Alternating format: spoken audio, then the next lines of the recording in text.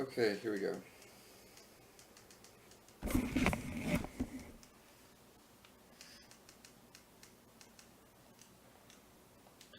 So my first tip on kickoffs, I would actually recommend doing something like this. Grabbing these two boost pads and staying like one, two, maybe three, and staying in this diamond. I find it a little bit more consistent. You have over 60 boost or just about, and that should be more than enough to like make any play that you need. It's a little more consistent, and the reason why is because right off of kickoff, after we grab these two, we can stay back here, and any ball that's going to go up the back wall with the defense going towards it, it's always going to be a big hit. So you always want to create space. So even right now, you get caught because we're not creating that space, we're not giving them that respect from rolling up the wall. But if we've been rotating back here, now this ball becomes a lot less threatening, and we can get an immediate clear going back out to the outside, instead of getting caught back here and having to clear across the middle, not as well. So it's just a little more efficient, and we can not get ourselves stuck in our half so quickly. So right here, you need to recognize how much time you have and what position they're in. So even if you take your time with this, worst case scenario is that the yellow team is going to hit it into their own corner, which isn't that bad, but you're the closest one to the ball. So all you have to do is take your time a little bit more, line it up, and just get the really easy shot. So you can let it come down further or even hit the ground because you would have beat them either way. So just recognizing when you have time, that's going to come up a lot during this. So from your perspective, you need to recognize that you have time. Right here, you need to look, and you just need to realize that no one's jumping for it, and that the ball's coming to you, and that they're far away. So you can just take your time, line it up, and get the easy shot.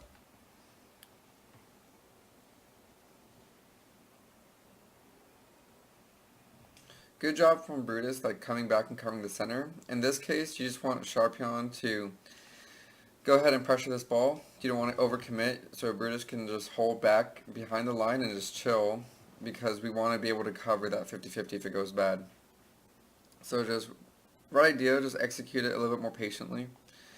It's a good clear. And again, if you held your line like I would have, like whenever my teammate's clearing it out the side or going up with it, I'm always going to stay back here because of this scenario. Now that he makes that hit, notice how we could have had a shot on the net, possibly. If not, just a really good spot going down the field. If we just held our angle where we had it in the center, and then pushing up once the other team loses the ball. So right here, Brutus, your second man, again, the ball's going up the wall, yellow team's the closest one to it. We want to hold this position instead as soon as you grab boost. That way, check this out, when he makes that hit, we have another really nice opportunity to go for a shot or just a hit down the field. We can just possess it really easily, but instead we get scored on because we're pushing up way too early and we're not judging the ball. So like, as soon as you see the ball roll up the wall like that, you should turn away and give them that respect, because a lot of people are going to be able to make this really easy hit, and you just give them a free goal. So we want to avoid these really easy shots. If they're going to score, we want to make it as hard as possible.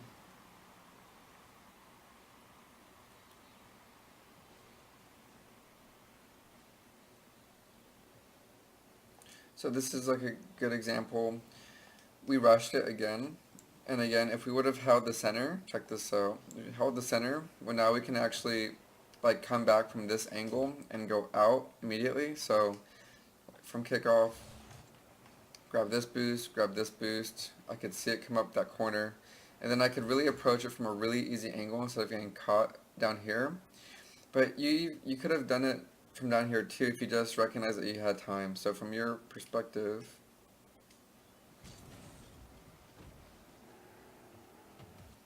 this is a good job letting it come down, but you just have to listen in game and realize that no one's jumping for it quite yet, so you just need to line it up a little bit more before you go for it. And again, that angle could have been easier if we just held the center on kickoff and then we went for it. Let's see, so he misses it. This is good on sharp round to react, otherwise yellow would have had a shot, but right here, we actually have time to deal with this. We don't need to clear it right away. So, especially when you have boost, you need to recognize the position that the yellow team's in right now.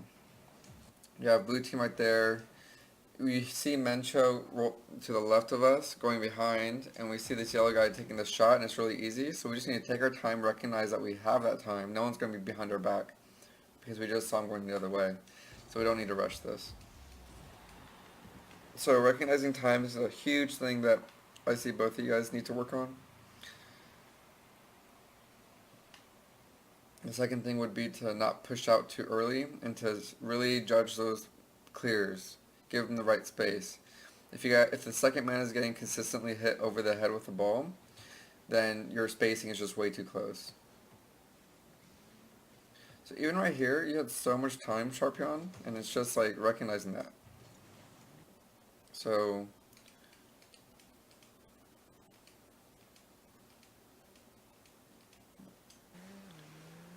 you grab boost, and we just need to slow it down a little bit more and just line it up and make sure that we get that hit.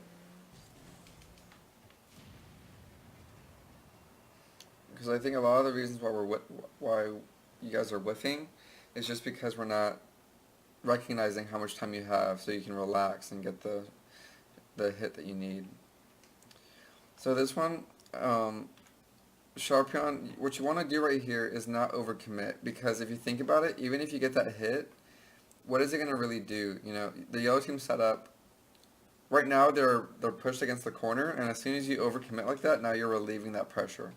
What I would do instead, as you're pressuring up top, this is fine, but right here I would just try and stay in front of them as long as I can. So if I do a fake challenge and he rolls around, well now you can turn around and get a shot, or your teammate can recognize that and you can get a bump. But just when they're against their own wall and you can't get a good shot, and like right here, you can't get a good shot, you can't get a good pass from this position. So let's just keep the pressure on them and stay in front of them as long as we can, and like maybe even force them outside so that they don't go across the middle.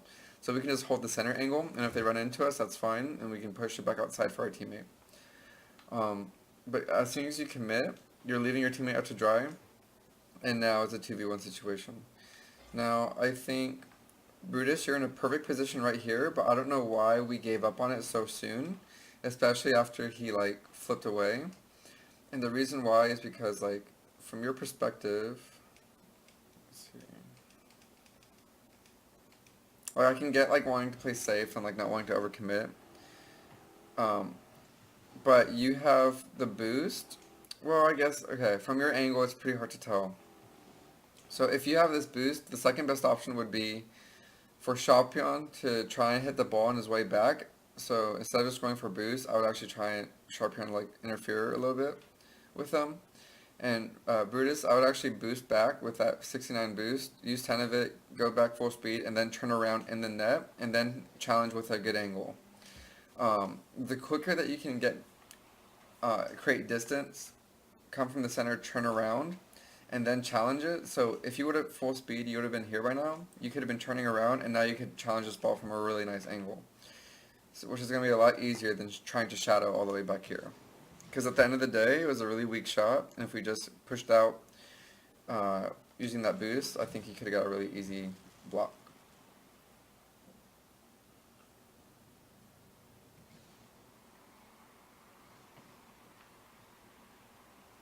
So even right here, we're getting caught, we're leaving the center, and that's why they're getting like really easy goals. So if I was you, I would, again,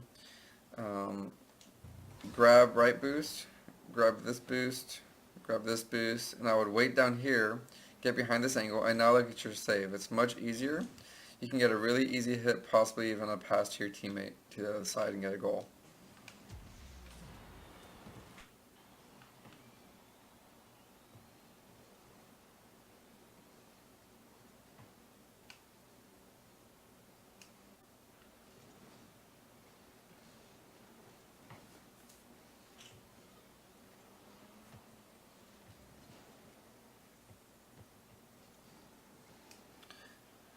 So this is a pretty big one. You're doing a good job. You guys are doing a good job about like covering the center and then going for the angle, which is what I want. But you have to like think about it. Um, right here, he just went for a hit, so you know that you don't have pressure. And even if they pressure you, they're not gonna have a good angle from this corner. To me, if there's any ball that's beyond this line, I don't really care about it too much. I'm just going to wait in the front post if I can't get it, or if I feel uncertain about the challenge, and I'll wait for my teammate to come back.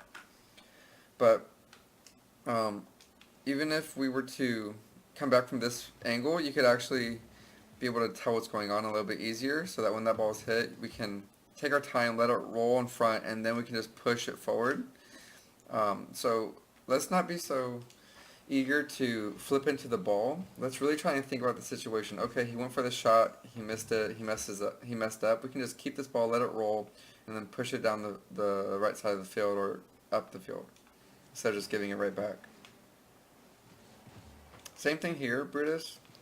We can actually afford to let this ball hit the wall. It's not a threat.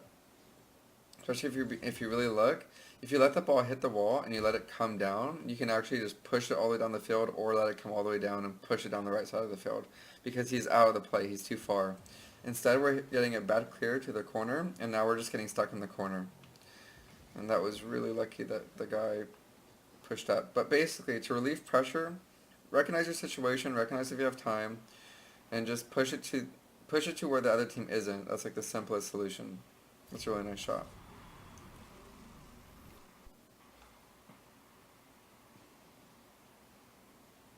That's a good one. Okay, I want you to think about something. Although this is like a pretty decent play, I think I could be a little bit better. And the reason why is right here, we have to again think about what's going on. So, first of all, I think if you really wanted to, Brutus, you could actually come up the wall, jump off of it, and go for the shot immediately from a nice angle. Um, but you jumping up and making this hit, Sharpion is barely getting out of the corner, so he is not able to set up for this pass as much as he wants to. So you want to buy your teammate time when you see him kind of recover kind of bad.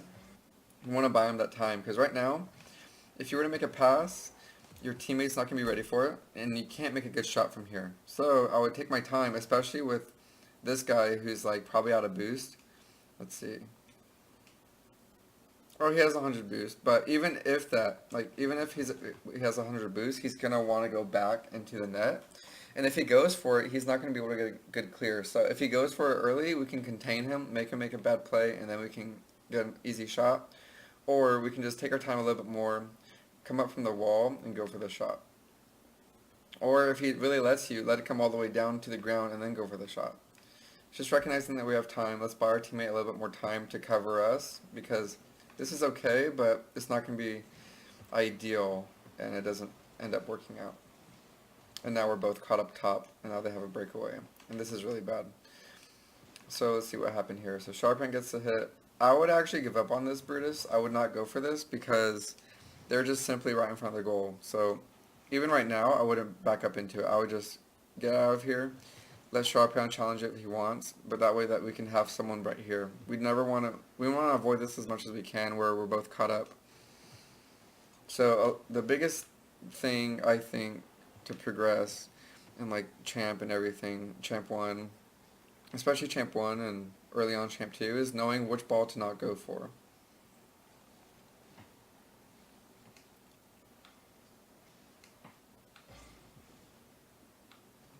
Okay, this is good. You're taking your time, but don't you think it'd be easier just to give a little pass to Brutus and just go and have Brutus take the easy shot instead of committing to a air dribble?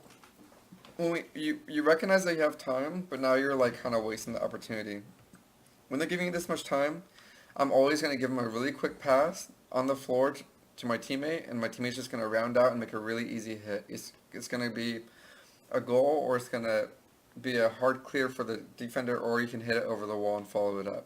But you have a lot more options than just air dribbling it, wasting all that boost. Now you lose it, and now look where you are. You're in the net. It's a 2v1. That's not what we want. We could have got, I think, a better shot opportunity. Just make this simple play, make this shot, and then contain them in their half.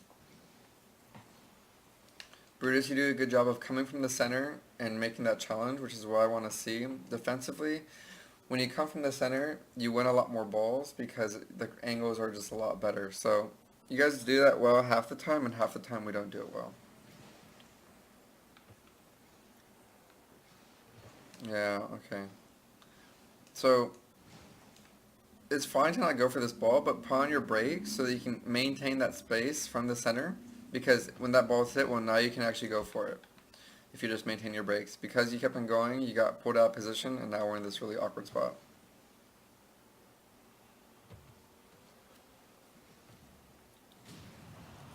Alright, you have time. And I don't like this play. I don't like the fact that we're going straight to the wall. Why not? Why not, instead of going straight for the wall when we have time? You know, he makes that demo, make that touch. Why not just make a soft touch going diagonal, and then rounding our approach and going for a big hit off the back wall and then following it up. That's going to create a lot more pressure than going for an air dribble. You know, we just kind of wasted the opportunity. And again, we're getting pulled out of position, so sharp peon, we should be back here in the center. That way, when this ball's hit, I would actually let him hit that ball, and then I would go for the big play and the big hit.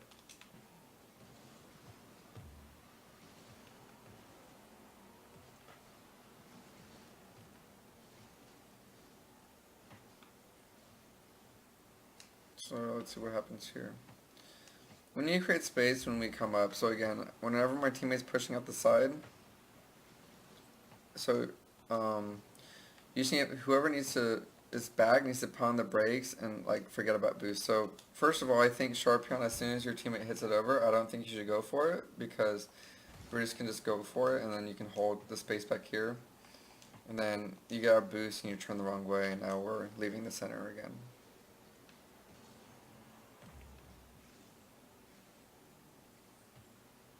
Again, sharp peon, I'd rather you be back here. You're going to get a better angle. And I would actually hold it back here and I would wait. And then you could push up. But even if you didn't like that, your teammate could have blocked it. And then you could have got that ball or whatever you needed to do. Really nice clear.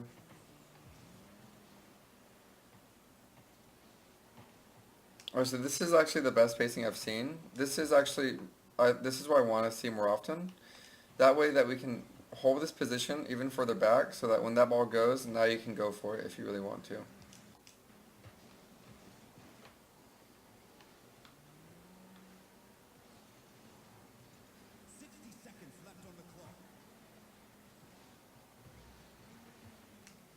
Well, this is a pretty common mistake.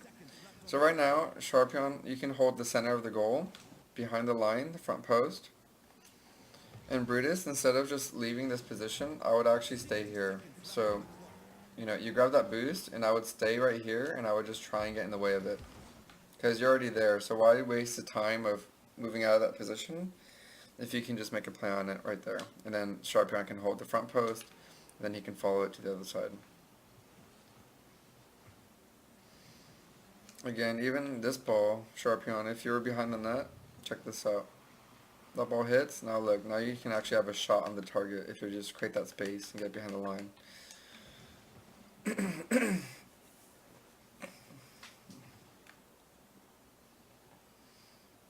Yeah, so if Brutus, if you would have stayed back here, look at this.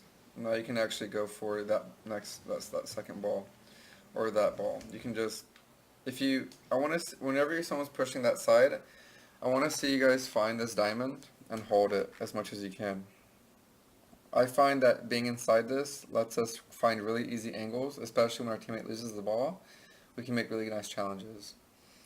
And even if your teammate makes a pass off the wall, you should be able to make a really nice shot from this angle either way. But when we get too close, like right here, we're limiting all this because now your only area that you can work with is right in front of you. So you're only preparing for his success, but you're not preparing for his failure. So we want to prepare for both. That way we can cover both the failure and the shot of the pass.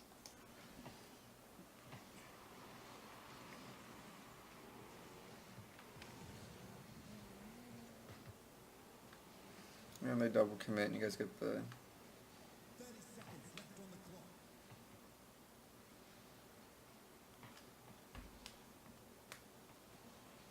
So see how you actually did it right here. You came back into the diamond, so now you're inside the diamond. And we're waiting, they both mess up, and now you got the shot. Nice. So in short, defensively, whoever's not on the ball should be behind the line, waiting for the ball to come to the front post or across. Especially when your teammates are pushing out, you should still hold this so that you can prepare for the worst case. When the defense is clearing the ball, second man should really try and stay central and back to cover really easy angles. Offensively, I want to see you guys do this more often, or every time actually, and really pick and choose. So basically, if there's a bad pass, let's say the pass goes along the wall, we want to hold this position and wait for the second ball that comes from the defense. So if it's a bad pass, that's fine. Wait for the defense to clear it and just try and contain them in this half. If it's a good pass, it's away from the wall, it's outside this arc in front of the goal, and you should be the first one to touch it, and then you can go for that. But the key is being able to pick and choose, and that's all based off your position. Right here, you don't really have a choice. You have to go for it. Back here, you have a choice. You can actually see what's going on. And the last thing is recognizing time. You guys need to recognize time to make sure that you're making the easiest, most simple hits, so that you guys can just make the most out of all your opportunities.